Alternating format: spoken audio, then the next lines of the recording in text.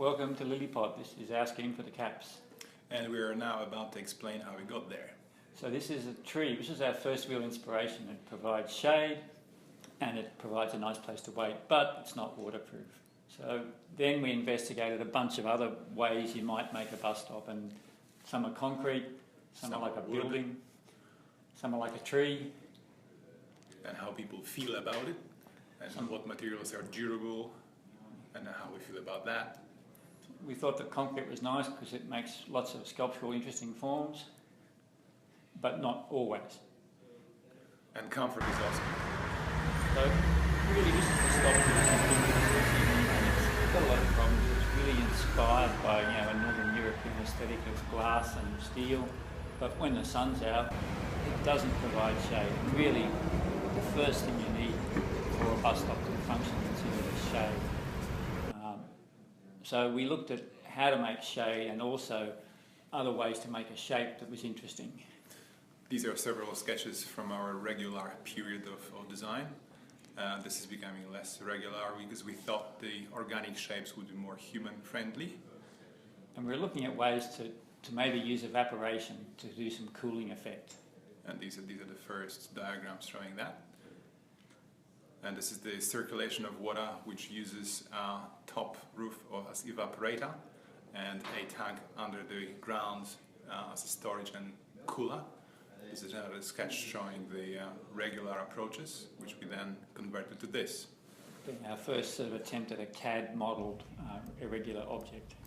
The final model is modeled using parametric software, so all the parameters are controlled with numbers. So theoretically, the bus stop can be modular and can extend to infinite numbers. All the columns slanter, the number of surfaces are all controlled, and can be easily duplicated using software, as you can see here. The different columns, the size of the columns, the roundness of the columns can all be changed, and the slope of the columns can also be changed, which is great because if there are surfaces on the ground, you can change the slantness to avoid them easily.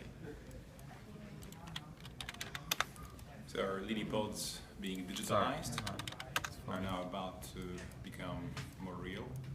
And this is how it looks.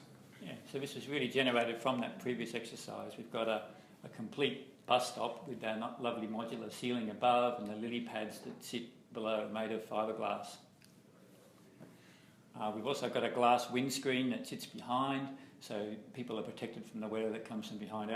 This brick wall was part of our location for here, so that's meant the windscreen didn't need to come all the way to the ground for this location. We also enforce a bit of air circulation, but by one of these LilyPods having the stem truncated. This is the cold air blowing down. It utilizes the concrete thermal mass. Yeah. So this diagram really represents how our whole system works to add coolness to the bus stop. We have a pond effectively on the roof of the bus stop, and it evaporates. And as that evaporates, the water cools by the chemical principle involved with that, and that then cools the concrete. And then we blow or pull air across the concrete, and the heavily profiled nature of the concrete means that air takes, or the heat is taken out of the air, so cool air is blown down. Hi, so my name is Garth. My name is Wojtek. My name is Kwan, and this is our attempt at CAPS project bus shelter. The location is at Ashfield, Liverpool Road. And this particular bus shelter we came up with is, as you can see, it's right in front of you. It's a result of a very complicated digital process which resulted in 3D print. It was the best way, we thought, to show the curves and organic shapes. You can see the digitalized and 3D printed LilyPods. And the aim is that at the top is a evaporating roof, as we've explained on the diagrams before, and one of the chopped off lily stems is providing fresh air, cooled down by the evaporation.